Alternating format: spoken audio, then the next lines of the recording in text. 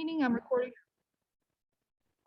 But SUAA is an advocacy group. We are advocating for the future of pensions for SERS participants. So whether you're tier 1 or you're tier 2, SUAA is in your corner. We are advocating. We are working to maintain benefits for you. And that's what we're all about. The more people we have on board, the better we're going to do. So without further ado, we're going to go ahead and get started. Addison Woodward is going to be presenting for us on the comparisons between tier 2 and tier 1. And I think a lot of your questions will be answered. And then after that, we're going to have a presentation from Joan Johns Maloney from Human Resources on some options, some really good options for us. So without further ado, I pass the mic over to you, Addison. Thank you. Here you go. Hi, good afternoon. I'm Addison Woodward. If you're in tier 2, you do not know me because I was retired 9 years before tier 2 began. I was here for 30 years. The last 22 as chair of psychology and counseling. I've been involved with SUAA for about 20 years now. I've been the president of the DSU chapter of SUAA. I've been on the executive board of the statewide SUAA organization. And I'm an advocate for all employees and have been for many years. I was also on the first 3 faculty union negotiating teams. So we want to get started comparing tier 1 and tier 2. As I say, it may be worse if you're tier 2, it may be worse than you imagined. There's a wonderful quote that I'll start off with. It's from a song by Leonard Cohen. I'm not sure how many listen to Leonard Cohen, but he's a wonderful singer. And he has this song called Everybody Knows. So everybody knows the fight was fixed. The poor stay poor, the rich get rich. That's how it goes. Everybody knows. So that's kind of the story in some ways of pensions. Tier 2 resulted from a series of hearings. One hearing was called the Pension Modernization Task Force. And those hearings, there were probably 5 or 6 or 7 of them in 2009 and 10. And they were part of the General Assembly's request, and there was a number of important people in the state that gathered in these hearings. They were fairly evenly split between make a payment, check my balance, supporters of add public or replace employees, supporters of unions, sorry, and please then the say, more hear my conservative usage, make a payment, in the check state of my Illinois. Hello, can you hear me? And they could not, after all these hearings, and there was a Oh, lot of data, Representative, could not I come was up trying with to a conclusion. agent, Somehow or another, you'd like to speak to a representative, right?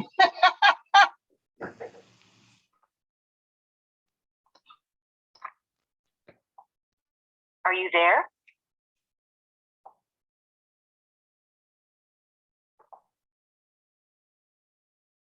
If I don't hear from you, I'll have to end the call. Are you still there? no. Oh, good. I thought I lost you. One moment while I get you over to one of our representatives. And just so you know, we may record this call. okay. Guys, sorry about that. We do ask that if you are as a guest, that you please keep yourself muted. If you have any questions, please put them in the chat.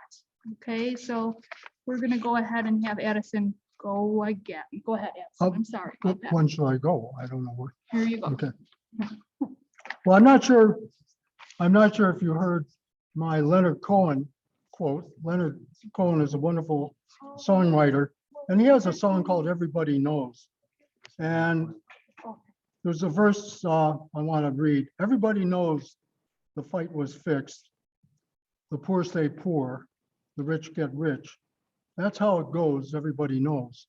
And I guess if you're in tier 2, it really applies to you. Tier 2 resulted from a pension modernization task force that was created by the General Assembly in 2009, 2010. I and another SUAA colleague attended most of those meetings. There were people representing, I would say, public employees and more conservative people who thought the pensions were out of control. There was a lot of data. Virtually everyone agrees that the pension debt was not the fault of the pensioners, but was the fault of the state for not funding pensions. Regardless, they came up with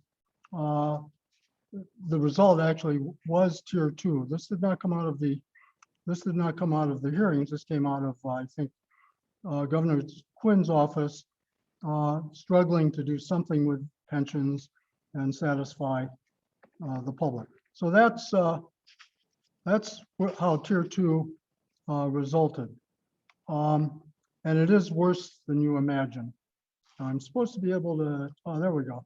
So this is just a comparison of the traditional plan is a defined benefit plan. The portable plan is defined, but it has an optional form to purchase an annuity, and the retirement savings plan. These are the 3 major plans, and then out of the traditional plan comes tier 2. This compares tier 1 and tier 2 on pensionable earnings. Tier 2 earnings will be capped at whatever the Social Security cap is in terms of earnings. So the most you can expect if you're a tier 2 employee in FY 2022 is $116,740 odd. If you're in tier 1, that's not an issue. But I'm speaking mostly to tier 2 people, I'm sure. This is a comparison of the vesting period for tier 1 and tier 2. Tier 1 people vest after 5 years at age 62. Tier 2 and portable people vest after 10 years and they have to be age 67 before they get their full retirement.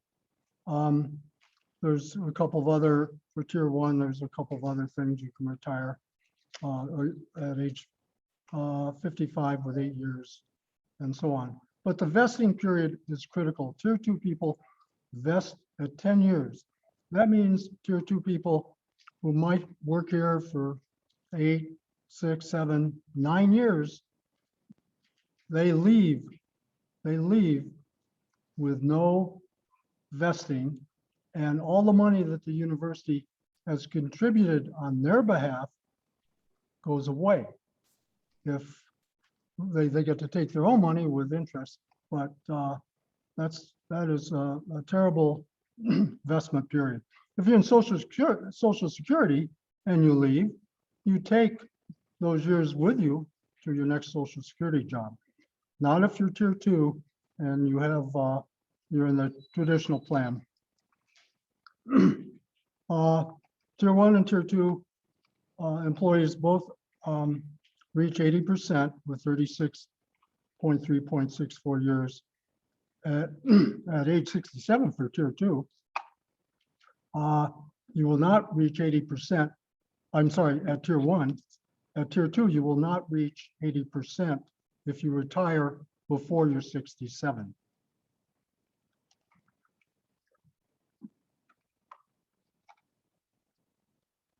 The automatic annual increase. or called the COLA. Tier 1 is 3%. It's compounded annually. It begins January 1st following retirement. Tier 2 is the lesser of 3%, or 1/2 of the change of the CPI that's not compounded, and it begins January 1st following retirement or age 67, whichever is later. When you're thinking about why a compounding COLA is critical, these are just a few of the items that retirees must consider whose cost increases. Healthcare copays, property taxes, sundries at drugstores, your groceries, utilities, material costs for home repair, and labor costs. When you get older, you do yourself projects become a little less feasible. You're not going to be climbing up on the ladder when you're 75 or 76 or 73, depending. Your gasoline, well, we're knowing what gasoline is doing today, but that goes up.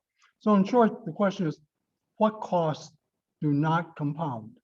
Everything compounds, except a Tier 2 COLA.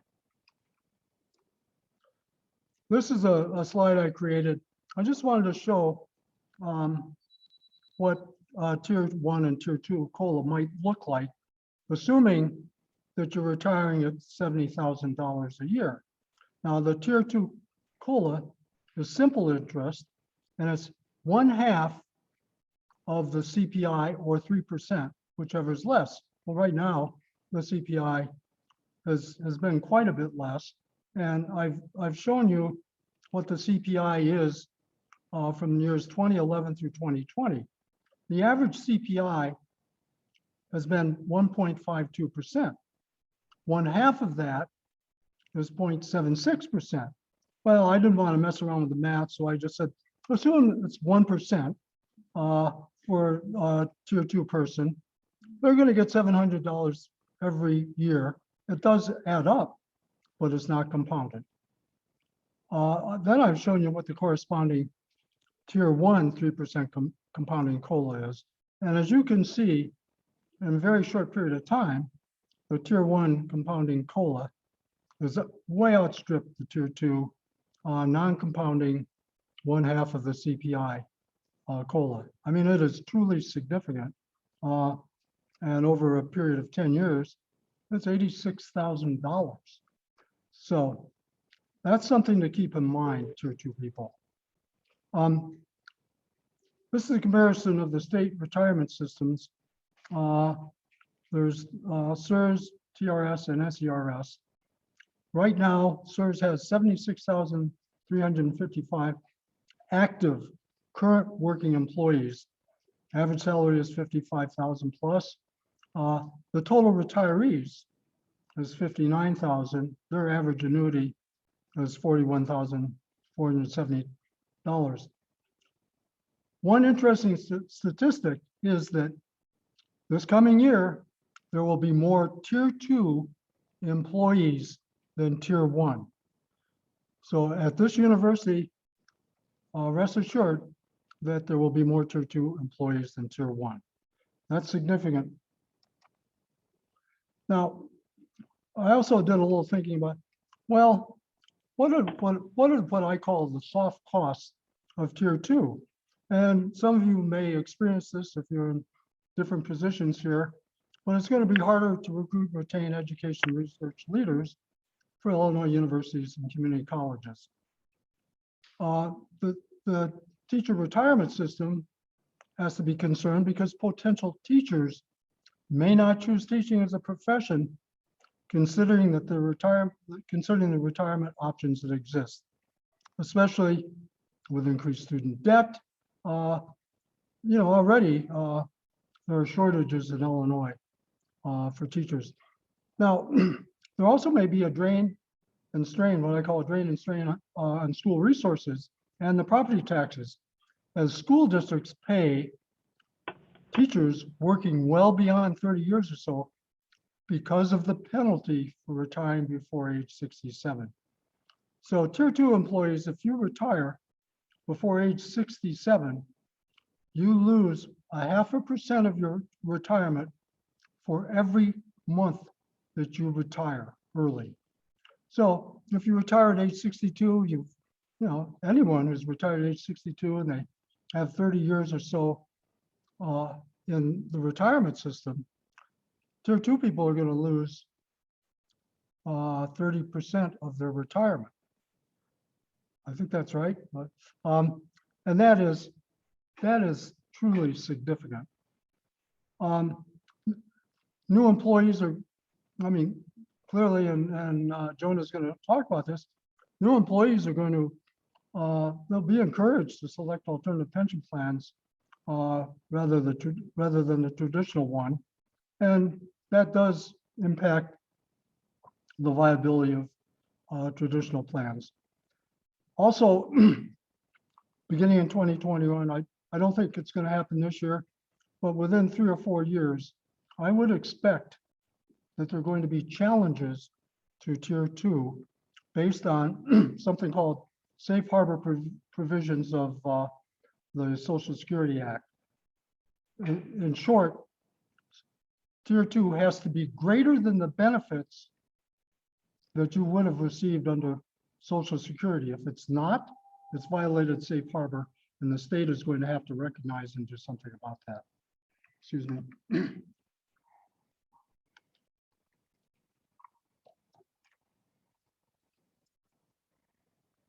So some recommendations for changes to tier 2. Shorten the vesting period. That vesting period should be short, should be 5 years. Make COLA compounding, or more important, just increase the COLA. What, you know, the compounding is important, but it's not as important as what?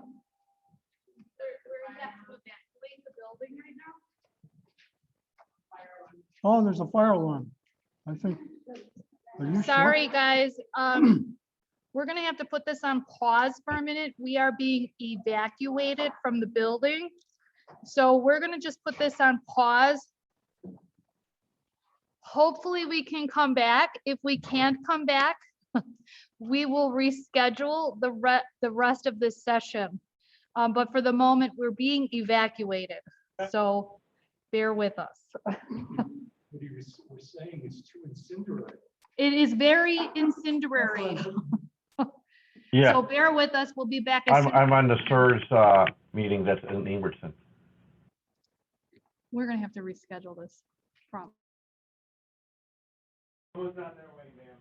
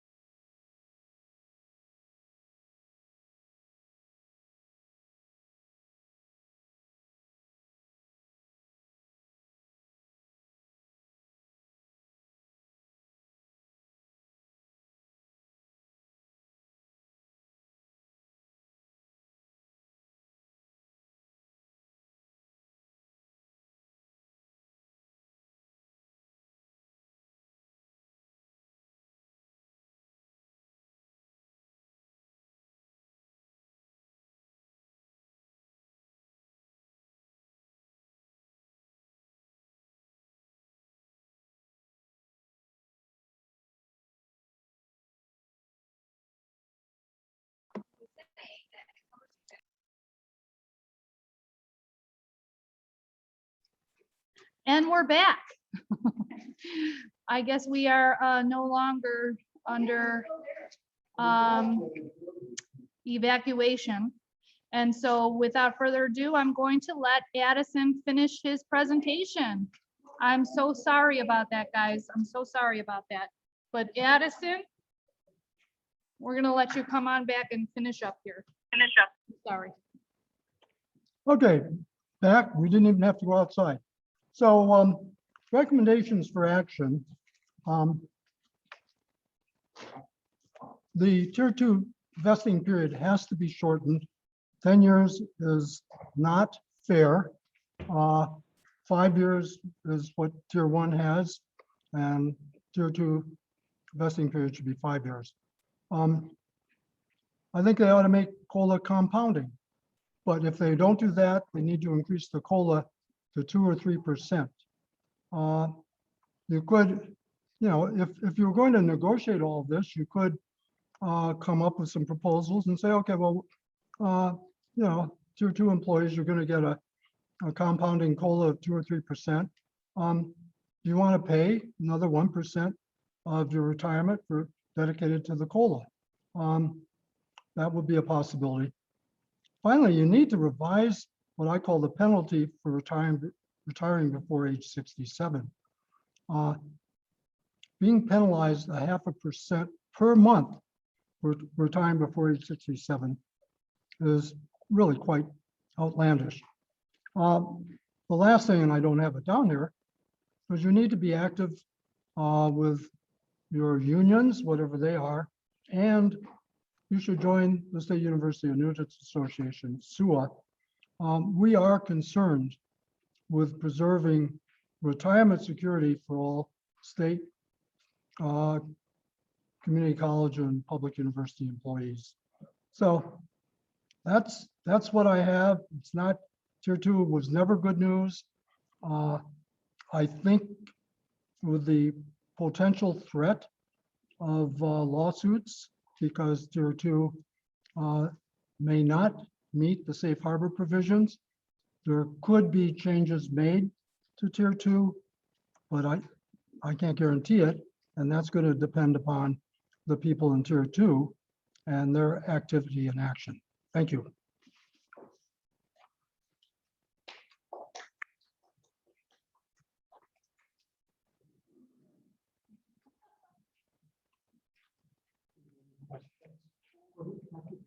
Thank you so much, Addison. We really appreciate your presentation today. I know there's probably a lot of questions about tier 2. All I can tell you is, as a fellow tier 2 person at Governor State University, it is so important to join advocacy organizations like this to advocate for ourselves, to advocate for the benefits that we are paying into, and to hopefully shorten that vesting period. And I think it's super important to take away that by 2022, there's going to be more tier 2 individuals working than tier 1. So if we come together collectively to self-advocate or to advocate as a group for those tier 2 benefits, someone's going to have to listen, right? So that's all we want to do. So I hope that if you're not already a SUAA member, that after today's presentation, and I'm really speaking to my tier 2 teammates, that you consider it, because it is very important. Without further ado here, we would like to present, or we'd like to welcome Joan Johns-Maloney from Human Resources. Joan is going to be sharing a little bit of information about the optional retirement account. Is this for anybody? Tier 1, tier 2? Anybody can participate in the optional retirement savings plans. It is available to any GSU employee, and so we are going to welcome Joan to present on the optional retirement savings. Thank you so much, Joan. Thank you. And then I set it up so you can share. Thank you, Michelle.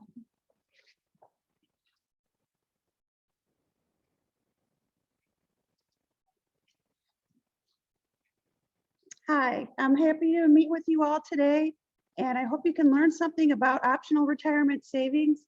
SERS is very concerned about this, and they have actually started another optional retirement savings plan, which we'll talk about in this presentation. So why should you participate? Well, economists recommend saving roughly 15% of our annual gross income towards retirement savings. So with your 8% of SERS, that means you have a 7% shortfall. In a recent conversation with our new Associate Vice President for Administration and Finance, Dr. Corey Bradford, he suggested saving 25% of every dollar towards retirement savings. So you're looking at between 15 and 25% that you want to look at for your retirement savings to live comfortably. So, and as an addition, those who start saving later in life will need to contribute more to savings as they near retirement age, and there are options to do that. Certainly with age, one would hope that your income goes up so you have options to make those catch up. For our younger colleagues here at GSU, I recommend you start saving now. You can save as little as $10 per pay period. So the first plan that we offer is a 403B, which is a defined contribution plan offered to nonprofit organizations. And GSU has 4 Board of Trustees approved vendors: Fidelity, Lincoln Investments, TIAA Craft, and VALIC. Now it's a personal preference of what you may want to invest in. You could invest in all 4 of these if you're interested. So you have a lot of options as far as that's concerned. And then there's also the 457B deferred compensation plan, which is a non-qualified tax advantage deferred compensation retirement plan available to governmental and certain non-governmental employers. And the employer in a 457B plan provides a plan that defers compensation into either a pre-tax or an after-tax basis. That is the Roth IRA. So the 457B options at GSU, we've had the Illinois Deferred Compensation Plan managed by T. Rowe Price for many years. You can enroll in this online by just going to this web address or by calling them. They then send a report to Human Resources to have this deduction made from your paycheck and to go right into your account. And the same goes for the new SERS Deferred Compensation Plan, which is managed by Voya Financial. You would log into your SERS account or call them to set that up, and then they notify HR of your contribution amount. And these can be on a percentage basis. So for example, if you want to do that flat 7% to get you up to 15%, you can do that. Or you can do a dollar amount, like $100 per pay period. There's a lot of options with the 457Bs. So we just got news that the IRS has increased the contribution limits. So in 2021, if you're under age 50, you could contribute up to $19,500 per year. And starting January 1st, that's going up to $20,500 per year. And if you're 50 or better, $26,000 a year last year, or this current year, which is almost over. So starting January 1st, that's going to go up to $27,000 per year. So there are several bonus provisions of all these plans. GSU employees can max out their contributions to both plans. So if you're under the age of 50, you can put up to $20,500 into each account, 403B and 457, for a total of $41,000 per year.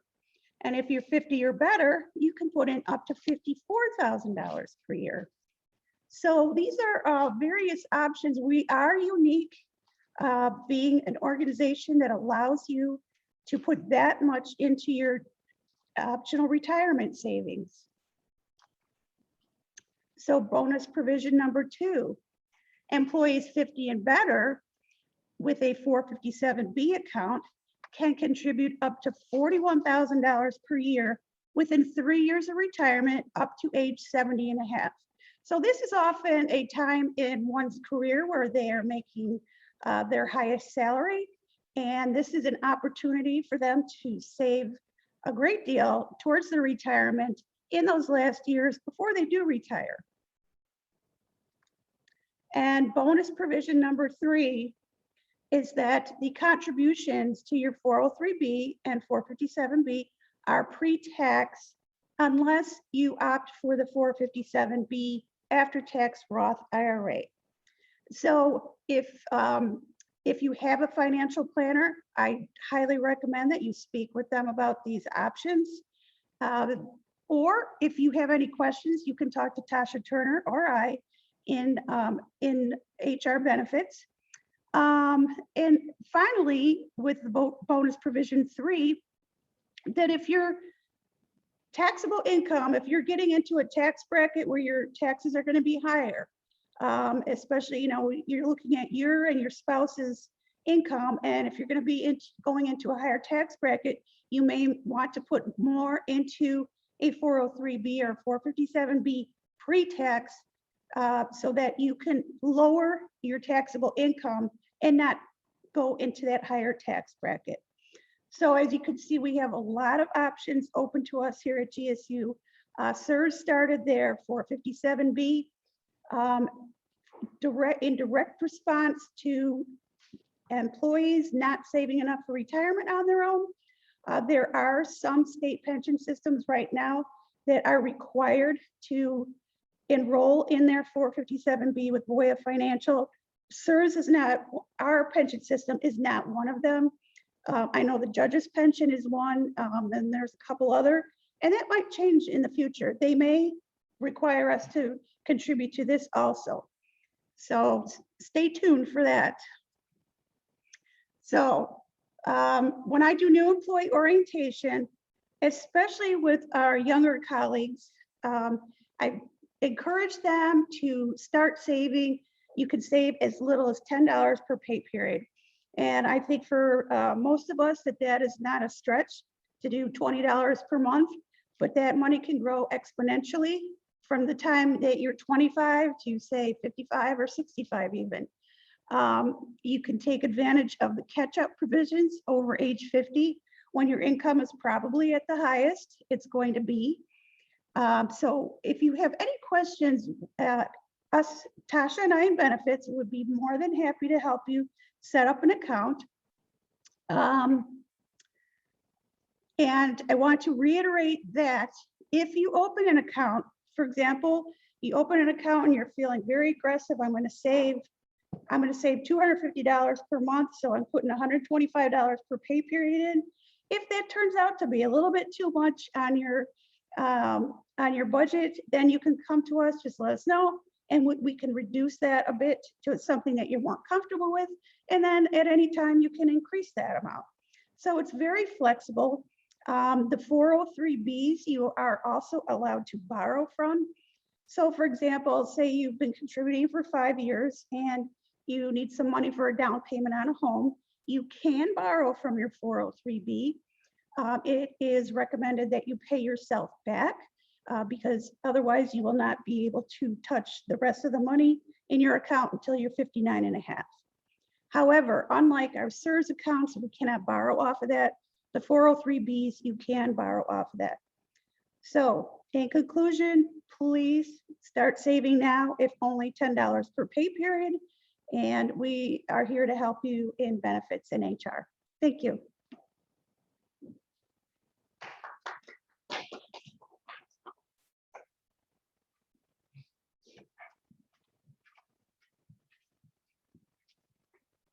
Thank you so much, Joan. We really appreciate your time and putting this together and sharing with us. I guess the most important thing is to save for retirement. But I think also another very important thing is simply to self-advocate, to join advocacy organizations like SUAA, so that maybe we can make some changes, some important changes to Tier 2, for example, right? While maintaining the very important benefits of tier 1 retirees and tier 1 impending retirees. So if you have any questions, feel free to put them in the chat. We do have a few more minutes. Let's see. One important thing I want to mention here is that, you know, if you join SUA, you know, it's not a huge expense. It's $1.88 per pay period. $1.88 per pay period. It is extremely, extremely affordable, and it's a great opportunity to advocate, especially for tier 2. If you have any questions, please go ahead and put them in the chat. We do have a question here about how do we join SUA. If you've put your email address and your contact information in this chat, we're going to save the chat, and then we're going to be sharing with you the application to join SUA. It is a payroll deduction option. So if you're getting a paycheck from GSU, you can do just a payroll deduction.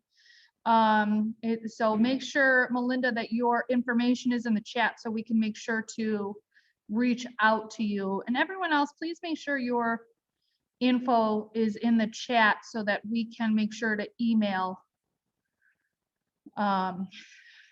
the application. I'm also taking a look here, just kind of running through the chat to see if there are any questions. So bear with me while I do that real quick. I do also want to say that this presentation is recorded. We will be posting this on GSU SUA's Facebook. So I do invite you, please, to join the GSU SUA Facebook page because you'll be able to see a lot of our previous presentations, this presentation, in case you missed any valuable information. We can, Addison, with your permission, is it okay to share the slides from today's presentation? Sure. And you can share my email, Addison Woodward. Okay, SBC Global London. fantastic. So we're going to put Addison's email in the chat. Laura, can you put that in the chat for us real quick? At what, Addison? SBCglobal.net. Thank you. And then Joan, is it okay to share yours as well? So we will share both PowerPoint presentations with you guys. We'll also post this, again, video on Facebook. If you have any questions, feel free to reach out to myself. I'll put my email in the chat here as well. I am the president of GSU SUA right now, and we are looking for members every day. So feel free to join. And I believe, oh, there was a fire drill. To answer one of the questions in the chat, there was a fire drill. It was really weird, really bizarre. Like, if you didn't think we were in the Twilight Zone, now you know we're really in the Twilight Zone. So welcome. We're all friends here. But join SUA so we can really be friendly. Anyways, I think that's it, you guys. Let me go through one more time. Can you send us the Facebook URL? Yes. Yes, we'll put that in the email too. Yeah. Any other questions, guys?